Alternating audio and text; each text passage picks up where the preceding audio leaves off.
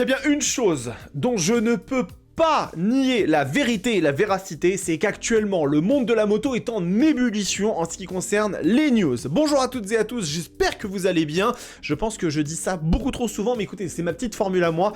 On se retrouve pour une nouvelle vidéo Moto Bistro et laissez-moi vous dire qu'aujourd'hui, j'ai beaucoup de choses à vous raconter, puisqu'il y a énormément de news qui tombent.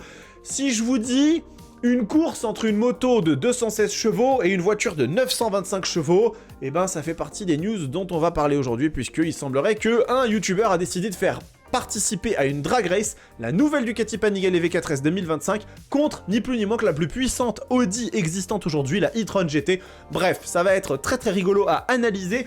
Nous allons également parler d'un nouveau système d'assistance électronique par Bosch qui promet des choses assez incroyables et peut-être un petit peu inquiétantes pour ceux et celles qui revendiquent le conservationnisme et des motos assez brutes de décoffrage. Nouvelle annonce de moto chez Kawasaki qui a fait un petit peu de bruit puisqu'il s'agit de leur légendaire routière multifonction, le couteau suisse de la marque Dakashi, j'ai nommé la Ninja 1000 SX qui devient de fait 1100. Et nous allons commencer avec une petite news un petit peu plus légère, mais avant tout ça, j'aimerais vous demander, s'il vous plaît, si ce n'est pas encore fait, de vous abonner à cette chaîne YouTube, c'est extrêmement important. On fait des tests, des guides d'achat, des tops et beaucoup aussi d'actualités. C'est un énorme soutien si ce n'est pas encore fait, donc je vous remercie par avance et nous allons commencer sans plus tarder. Alors, peut-être que comme moi, vous jouez à des jeux vidéo. Et voilà, et là on parle de moto normalement, on va juste parler de jeux vidéo 2 secondes. Et peut-être que comme moi, vous êtes un grand fan de la série Monster Hunter. Moi personnellement, je joue à Monster Hunter depuis le premier en 2005 sur PlayStation 2. Eh bien, il y a un monde où être fan de Monster Hunter et être motard, c'est compatible et ça permet même d'avoir des associations. Écoutez, ça a l'air complètement débile ce que je raconte, mais il vaut mieux que je vous montre en image. Voici la Ducati Monster SP édition Monster Hunter 2024. Oui, je sais, c'est un petit peu incongru, mais Ducati s'est associé avec Monster Hunter, avec Capcom pour le coup, pour créer une édition limitée de leur Monster aux couleurs de Monster Hunter. Alors pourquoi, comment, je vais tout vous expliquer. C'est sur le site de Motoplanet, nos confrères qu'on remercie énormément pour tout leur travail. Ducati Japon sort une série très limitée de Monster SP en collaboration avec Capcom. La firme s'est rendue célèbre avec des hits incontournables comme Ghouls and Ghosts, la saga des Street Fighter, Resident Evil et Mega Man. Oui, effectivement, Capcom aujourd'hui fait partie des meilleurs éditeurs de jeux vidéo, mais c'est un petit peu parallèle à notre sujet. Et ce qui nous intéresse, c'est la série des action RPG Monster Hunter, puisque effectivement, Ducati et Capcom ont ainsi présenté une Monster SP, avec les suspensions All-in, Spo Terminioni en carbone et des freins Stylema, décorée à l'image d'une des créatures du jeu, Fatalis. Alors, je ne suis pas sûr et certain que ce soit le Fatalis ici, j'ai plus l'impression que c'est un Ratalos, mais je pourrais me tromper, l'image n'est pas forcément de très bonne qualité, je vais quand même revérifier. Ah oui, effectivement, c'est le Fatalis, autant pour moi, je me suis complètement planté, je pensais que c'était un Ratalos, l'erreur est humaine. La Ducati Monster Hunter est là pour célébrer les 20 ans de la franchise, et de concert, elle ne sera fabriquée qu'à 20 exemplaires sur commande uniquement. Je trouve ça extrêmement drôle, et pour les personnes qui vraiment apprécient la saga Monster Hunter, qui sont des fans absolus, je peux tout à fait comprendre que s'ils aiment Ducati, ils pourraient commander cette machine qui est quand même assez stylée et très unique. 20 exemplaires au monde, c'est quand même pas rien. Après, pour la revente, il faudra trouver un autre fan de Monster Hunter. Bon, ça c'était pour vous mettre dans le bain, comme ça vous échauffer un petit peu. Maintenant on va partir sur de la grosse annonce, puisque le plus ancien constructeur de moto au monde, ou celui dont la marque est la plus ancienne, Kawasaki, a annoncé une nouvelle machine. Alors on en avait parlé la semaine dernière, la nouvelle Versys 1100, qui voyait notamment sa puissance passer à 136 chevaux. Eh bien figurez-vous que Ducati n'a rien à voir dans l'histoire, Kawasaki a décidé eux aussi de faire une autre annonce de moto, puisque nous allons parler de la Ninja 1000 SX, le couteau suisse de Kawasaki, qui devient aujourd'hui la 1100 SX. Voici le communiqué de presse de Kawasaki. Dans la continuité de la Versys 1100 récemment présentée, Kawasaki dévoile la nouvelle Ninja 1100 SX 2025, un véritable modèle Continental Express, aussi bien prêt à franchir les frontières qu'à se faufiler dans les rues encombrées des villes. Et la nouveauté la plus évidente pour 2025 est l'augmentation de la cylindrée, de la toujours très populaire Ninja SX qui passe de 1043 cm3 à 1099 cm3. Il y a cependant bien plus que cela dans la Ninja 1100 SX, avec une multitude de mises à jour qui lui permettent de conserver sa place en tête du peloton des sport toureurs. Alors, effectivement, moi j'ai eu l'occasion de tester la Ninja 1000 SX, c'est une moto fantastique. Vraiment, pour le coup, c'est une machine qui m'avait impressionné de par sa polyvalence, sa versatilité, comme ça, j'utilise des termes savants aujourd'hui, et véritablement, c'est une machine exceptionnelle. Et c'est aussi une machine qui reprenait le moteur de Feu, la Z1000, la regrettée Z1000, dans son édition Sugumi à la fin, elle était spectaculaire, qui développait aux alentours de 140 chevaux, voire même 142 pour être tout à fait précis.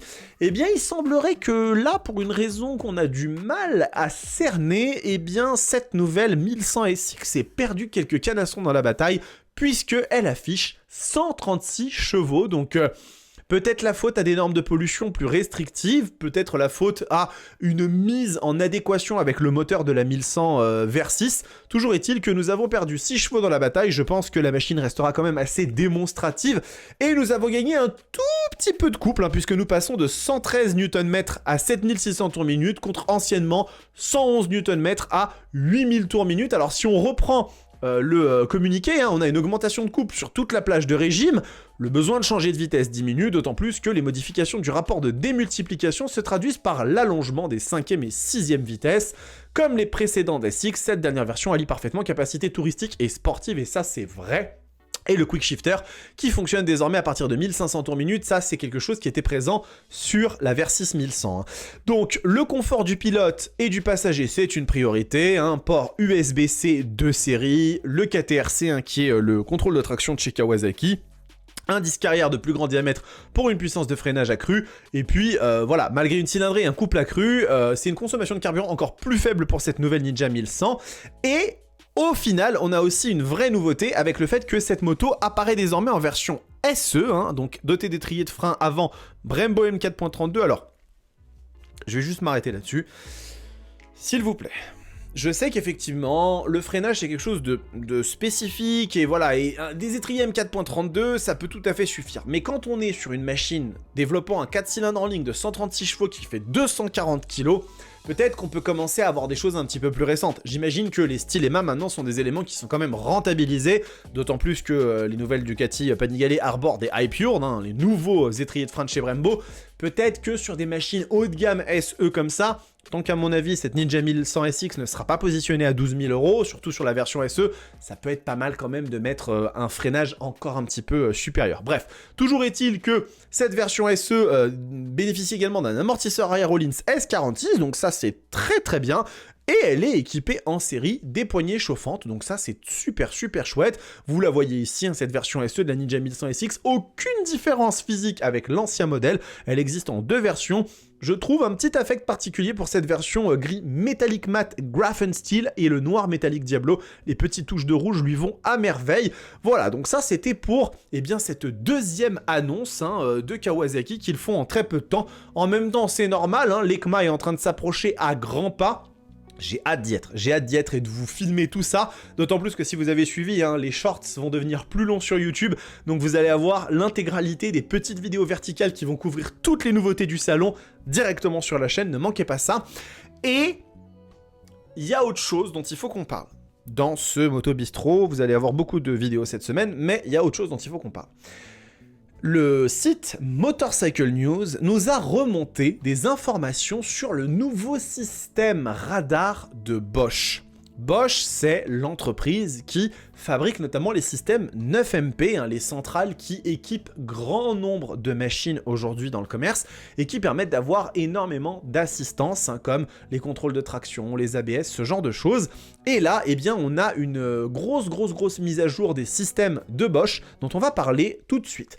Donc, Bosch, entreprise mondiale de technologie pour moto, commercialisera en 2025 une gamme de nouveaux systèmes d'assistance guidés par radar qui ont le pouvoir d'arrêter une moto derrière un véhicule, d'appliquer une pression de freinage supplémentaire pour éviter les accidents, d'avertir les autres usagers de la route qu'ils se rapprochent trop et même de s'éloigner d'un arrêt en suivant la voiture qui précède. Alors, Je vous demande d'excuser la traduction qui est un petit peu approximative, hein, mais qui permet déjà de se faire une idée.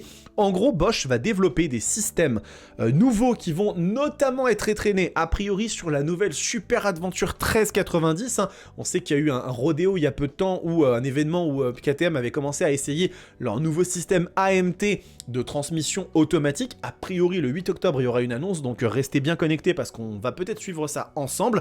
Et donc, eh bien, 6 nouveaux systèmes seraient appliqués dans ce nouveau ARAS, hein, c'est le nom qu'on donne à ce système radar de Bosch qu'on va passer en revue. On a pour commencer un système GRA, Group Ride Assist, et alors ça pour le coup, je tiens vraiment à souligner ce qu'il y a écrit, pour suivre les motos devant vous lorsque vous roulez ensemble, ainsi que des systèmes de sécurité supplémentaires dans le but de réduire le nombre d'accidents dans le monde. Le système GRA est capable de localiser la moto la plus proche du groupe et de modifier la vitesse de votre moto en fonction de ses mouvements. Il peut également suivre les mouvements de cette machine, ce qui signifie qu'il saura si elle se déplace d'un côté à l'autre de la voie. Alors ça, pour le coup, je trouve ça incroyable.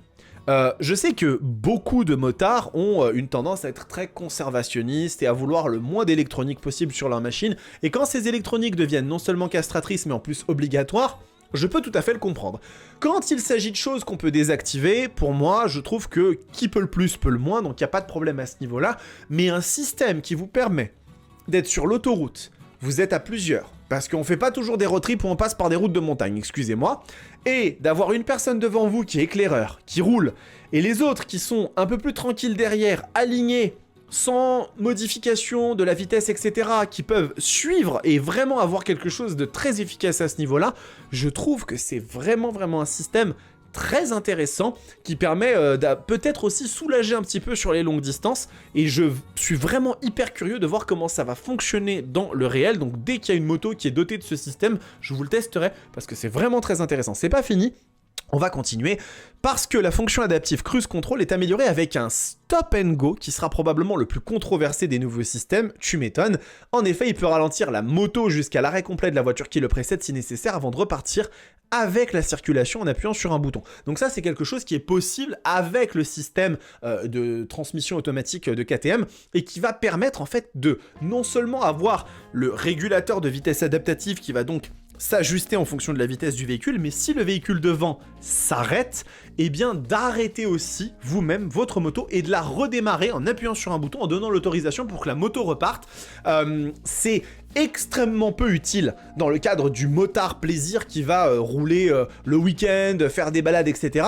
Mais pour la personne qui roule beaucoup dans la circulation, etc. et surtout j'ai l'impression que ça tombe, on dirait que ça tombe pile au même moment. Vous savez qu'on a couvert une news dans laquelle le périphérique parisien était abaissé à 50 km/h et que de fait l'interfile était désormais interdite. J'ai comme qui dirait l'impression que les deux choses sont un peu concomitantes. Bon, je ne pense pas que ce sera utile à tout le monde, mais ça montre quand même que en termes de technologie, les choses évoluent, donc c'est quand même plutôt pas mal. Et on a un autre système qui est très intéressant, c'est une assistance au freinage d'urgence qui serre plus fort les freins avant pour aider le pilote. Si le système estime qu'une collision va se produire, il ne peut pas s'activer sans que le pilote n'ait d'abord appliqué les freins et ne fonctionne pas au-dessus de 160 km/h.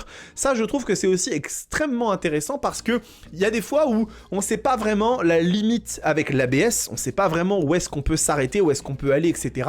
Et là, grâce à cette fonctionnalité, eh bien la moto va peut-être appliquer un peu plus de freinage pour éviter une collision. Je trouve que pour le coup, c'est vraiment quelque chose qui est très intéressant. Donc pour résumer, parce qu'il y a quand même beaucoup de choses dans ce nouveau système, mais on va regarder, il y a ici la liste. On a un régulateur de vitesse adaptative plus Stop and Go, dont on a parlé, le Group Ride Assist, qui permet du coup de se caler sur les autres motards, l'assistance à la distance de conduite, qui fonctionne indépendamment du régulateur de vitesse et empêche de coller au véhicule qui précède, qu'on peut désactiver en accélérant franchement avec la machine pour des dépassements, l'avertissement de la distance arrière, l'avertissement de collision arrière qui existe déjà et l'assistance au freinage d'urgence. Ça montre que Bosch a réussi en une seule solution à réunir beaucoup d'assistance, des choses qui vont pouvoir être peut-être démocratisées sur certaines motos dont les marques n'ont pas forcément les budgets pour développer des assistances aussi complexes, et pour le coup la solution 9MP qu'ils avaient fait marchait très très bien. On espère vraiment que pour le coup ça va être dans la même veine parce que c'est quand même très intéressant. Nous allons terminer avec une news un petit peu plus légère, mais qui est quand même le cœur finalement de ce Moto Bistro parce qu'elle est extrêmement intéressante. C'est une course entre une Panigale V4S et une Audi e-tron GT. C'est le pari fou qu'a fait le youtubeur Carwow, que je vous invite vraiment à aller regarder. Il a plus de 9,6 millions d'abonnés et il fait très souvent des courses entre des véhicules. Et là aujourd'hui, il a choisi donc deux véhicules assez impressionnants. La Ducati e-tron GT RS qui fait donc 925 chevaux avec sa fonction e-boost, ce qui est quand même assez impressionnant, vous allez pas me dire le contraire. Et de l'autre côté, quelque chose qui nous parle beaucoup plus, la toute nouvelle Ducati Panigale V4S 2025.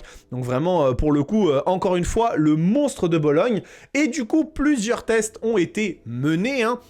On a eu le quart de mile qui est le 400 mètres départ arrêté, donc ça c'est quelque chose qui a été extrêmement intéressant parce que ça montre un petit peu comment les machines réagissent sur l'accélération. Alors faut savoir que la personne qui était en face sur la moto, c'était un pilote extrêmement connu qui a notamment aidé à la conception de la Panigale V4, donc c'est vraiment une personne qui pour le coup est assez poussé. Et regardez un petit peu le premier résultat qu'on a eu, qui est assez intéressant quand ils sont partis. On a eu une petite, on va dire, un petit cafouillage au niveau de la Panigale. Vous voyez qu'elle a un petit peu tressauté. Je pense que c'était un problème de transmission, comme il l'a dit. Et on voit vraiment la e-tron GT littéralement détruire la Panigale, qui sur cette run n'a absolument rien pu faire, mais ne vous inquiétez pas, nous avons eu un deuxième passage très intéressant dans lequel, là pour le coup, a priori, il s'en est un petit peu mieux sorti, il a réussi à reprendre très rapidement, vous voyez la moto qui décolle un petit peu sa roue, et là, regardez, il commence à lui mettre un petit peu de vent dans les dents, et il va le dépasser avant la fin du quart de mile. C'est très impressionnant, il y aura eu 3 affrontements comme ça sur le quart de mile, et ensuite, nous avons eu un autre passage aussi extrêmement intéressant dans lequel ils partent en fait en roulant à 40 km/h et ils font en fait un test en première, en seconde, en troisième, jusqu'à temps que la Audi perde. Puisque là, effectivement, les résultats sont assez impressionnants. En première, il n'y a absolument pas de match possible. La première accélération est pour la Audi, mais ensuite, la Panigale pulvérise la Audi, mais d'une façon qui est incroyable. Et ça s'est répété sur plusieurs segments, puisque en première, ça a été le cas, mais ça a été également le cas en seconde, où vous voyez que la machine a littéralement pris une avance considérable.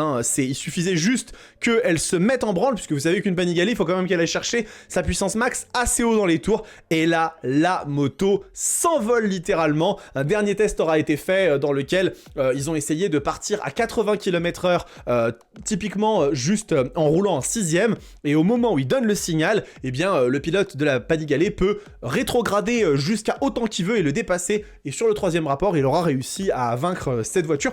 C'est quand même assez impressionnant et surtout ça montre les performances qu'ont nos machines aujourd'hui, puisque, je vous le rappelle, on est sur des véhicules qui ont souvent 2, 3, 4 fois la performance en termes de chevaux purs, pas sur le rapport poids-puissance bien évidemment, mais avec des prix souvent 6 à 7 fois moins élevés.